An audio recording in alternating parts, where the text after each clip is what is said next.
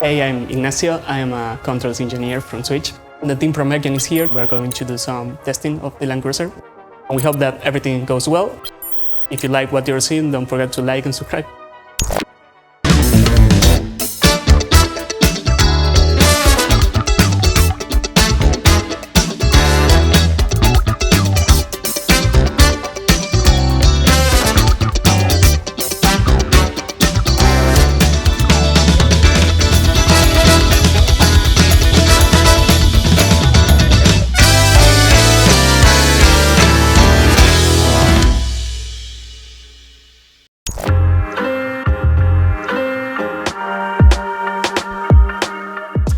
Oh, hey. Today, back at the AARP, it's a new year, so we've all had a probably well-reserved rest over the Christmas period. So we're intending to do some more testing today. We've got a few customers here that want to have a look at the Land Cruiser, and we're gonna have some fun.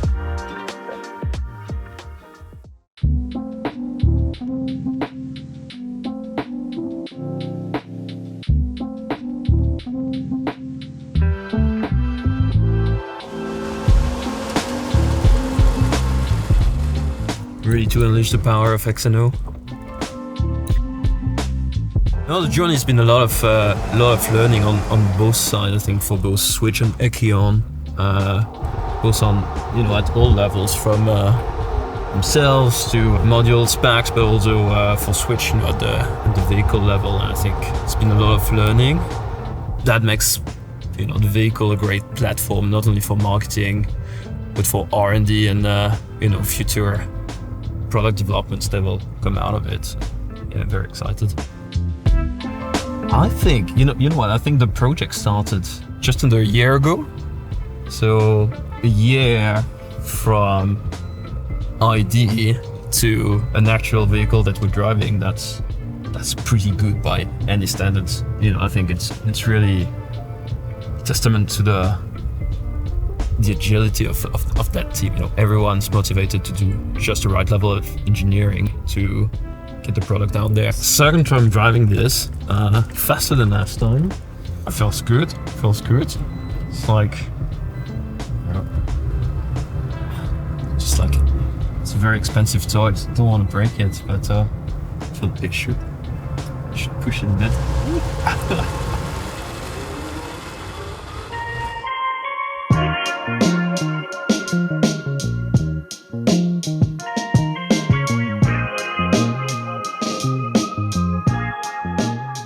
So I'm Ben Ting, Chief Commercial Officer at Echion Technologies. This is my first real spin in the Land Cruiser. Here at the AARP, the Australian Automation Robotics Precinct in Perth, giving the XNO powered Land Cruiser a bit of a spin at the figure 8 tarmac track here at the precinct.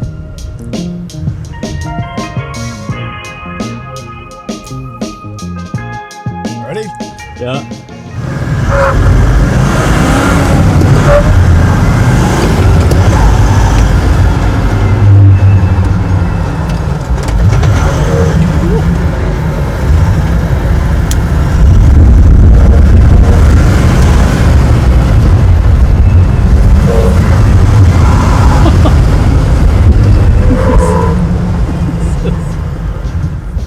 Thing, right? You obviously design it for certain limits, but you kind of want to stress test it a bit. So, all the different fault cutoffs and things that you have, you want to know that they work, right?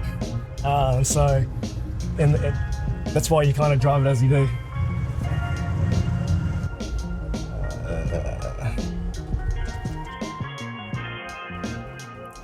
They're gonna hate me.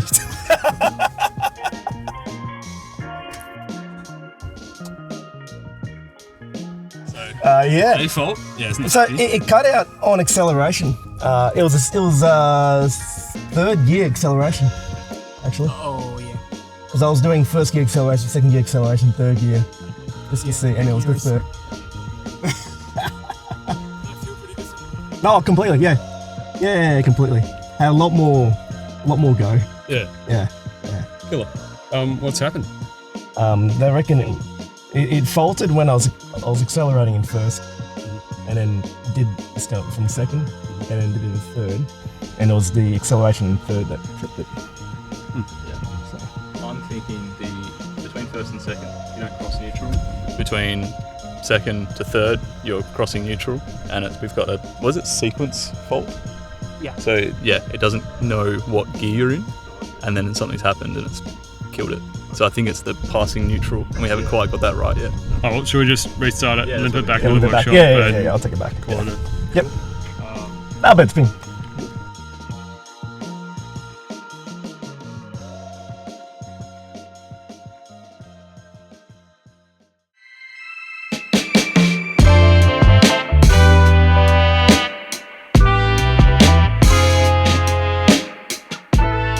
As you can see, we've pulled one of the batteries out again. We found that one of the cells was a bit weaker than the rest of it, and that there was actually a fault in that. So our IMD system detected that, and we opened contactors, and for the rest of the day, we did not use this pack.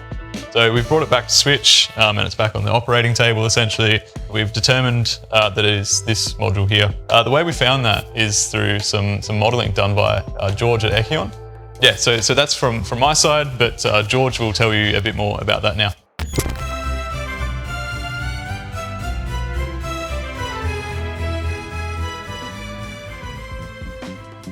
Yeah, hi, I'm George Lewis. I'm the data lead at Echion Technologies. It's my job basically to make sure that the raw data that we get is turned into useful, actionable insight. So with the team at Switch, we've set up a data pipeline that allows us to get over 2,000 signals coming straight from the vehicle. So that includes everything from the state of charge of the battery packs through to individual cell voltages, cell temperatures, and even right down to the acceleration at the time of the incident. We can see exactly how hard Ben had his foot on the accelerator. They're gonna hate me. Having access to that much information is really helpful to us because it allows us not only to know that there was a fault, but to investigate it in more detail. Have a look here. We can see of the 512 cells in the vehicle, we found that there's actually only one that was behaving statistically different from its neighbors. And that's this one in pack 1, module 6, cell 16. We flagged it as an outlier. And if we look at it in a little bit more detail, we can see that it was just running a few millivolts higher than its neighboring cells. Now that would be really difficult to pick out manually, but our outlier detection algorithm has flagged that, and now we know that it's something that needs looking into. Another thing we did was also look into the temperature data from the time of the incident. And this is really particularly interesting because what we see is even around module 6, around where the incident occurred, we don't notice any appreciable rise in temperature. We can see everything remains below 24 degrees Celsius throughout that period. And this is a real testament to Echion's XNO material. It has these material properties that mean essentially they prevent any dangerous buildup of heat, even when things go wrong like this. What this allows us to do is essentially use this as a learning opportunity.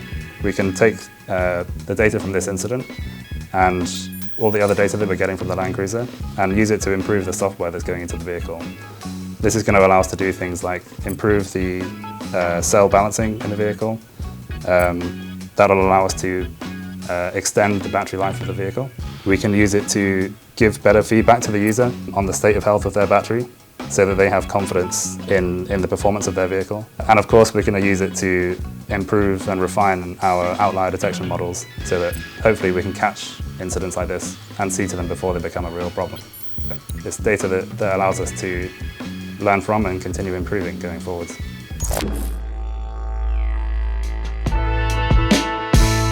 Yeah, real positive from this is as much as we've had a hiccup with a single cell, that cell hasn't propagated the issue to the cells next to it. They're all stacked up right next to each other in there, and we certainly haven't had a whole pack failure. So it's a relatively quick and easy replacement that we'll do. It's really just a testament to how safe the XNO chemistry is, and also in particular how safe the safety systems we put around the cells themselves to detect failures like this. There's a lot of cells in here, so being able to pinpoint it down to one is not something you can really do without having that data.